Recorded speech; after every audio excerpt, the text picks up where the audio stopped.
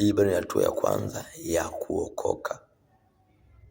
Ukisoma hii Yohana 1:12, bali wote waliompokea Yesu, waliookoka, bali wote. Na kuokoka ni kitendo cha dakika moja, hata dakika moja haishi. Wana wa Israeli waliokoka kutoka katika mikono ya Farao, lakini kuendelea kuishi wokovu walishindwa. Wengi walifia jangwani, wengi walifia njiani, wengi waliishia mahali ambapo hawakustahili kuishia. Njooni kwangu ninyi nyote msumbukao na wenye kulemewa na mizigo, nami nitawapumzisha. Hii ni hatua ya kwanza kabisa. Hatua ya kwanza kabisa katika ufalme wa Mungu, kuokoka. Bali wote waliompokea, bali wote waliookoka, bali wote waliokubali kumfuata Yesu, bali wote waliompokea, aliwapa uweza wa kufanyika kuwa wana wa Mungu. Marko 16 mstari wa 16. Ngoja tusome. Hii ni hatua ya kwanza. Marko 16 mstari wa 15 au 16. Marko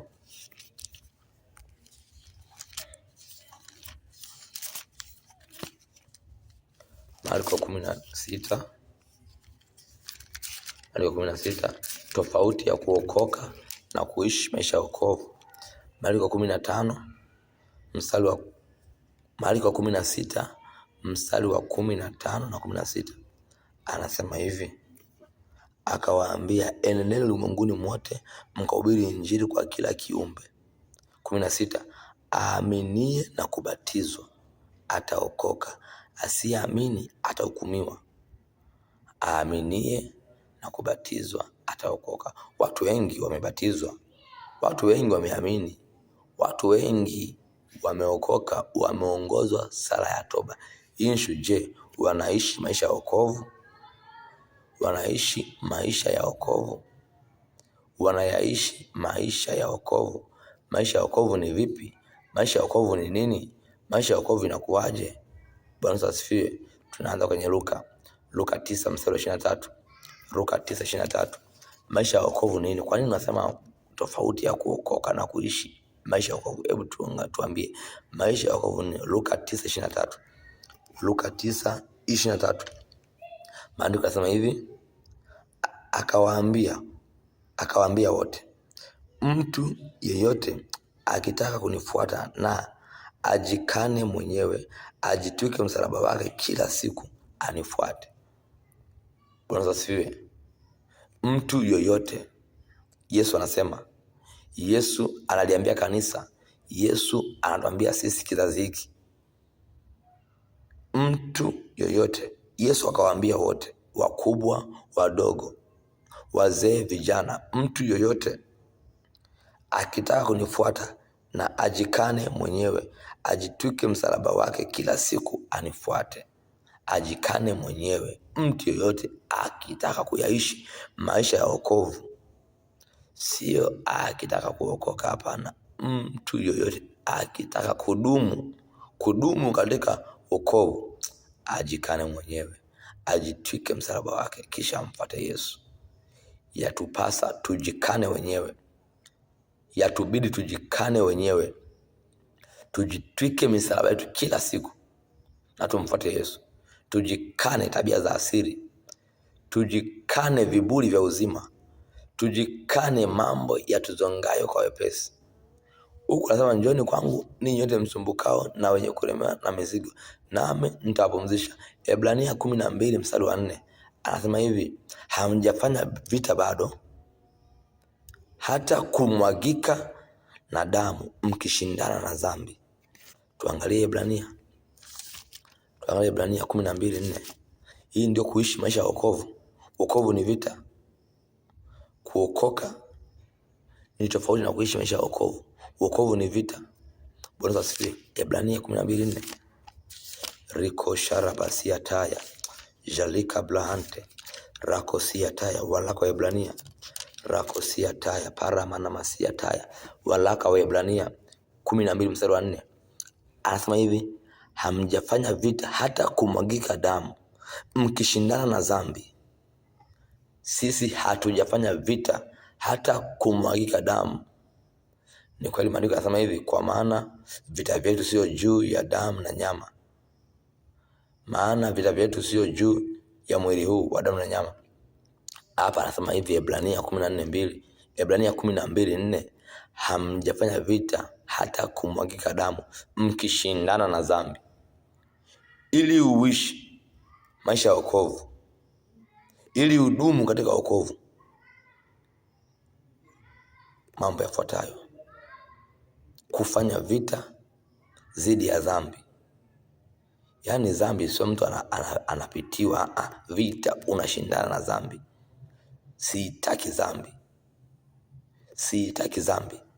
Ili kudumu, kujikana mwenyewe, kujitwika msalaba wako kila siku, kumfuata Yesu, kumfuata Yesu. Hii sio nisha kuokoka, hii ni nisha kuishi maisha ya wokovu. Hii ni nisha kuishi maisha matakatifu.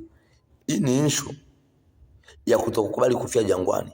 Ni wote waliokolewa kutoka Misri, lakini wengi walifia jangwani, hakuingia Kanaani. Ni wengi walienda kupeleleza nchi ya ahadi 12, lakini ni 2 walioingia. Ni wengi wameokoka, ni wengi wamemkiri Yesu kuwa Bwana na Mwokozi wa maisha yao, lakini sio wengi, sio wengi, sio wengi, sio wote. Ni wachache wanaong'ang'ana katika wokovu, ni wachache wanaopigana katika kung'ang'ania utakatifu. Bwana asifiwe. Tumaliza na andiko moja, Yohana wa kwanza 3:9. Yohana wa kwanza 3:9. Waraka Yohana wa kwanza 3:9. Waraka Yohana wa kwanza 3:9. Waraka Yohana wa kwanza 3:9.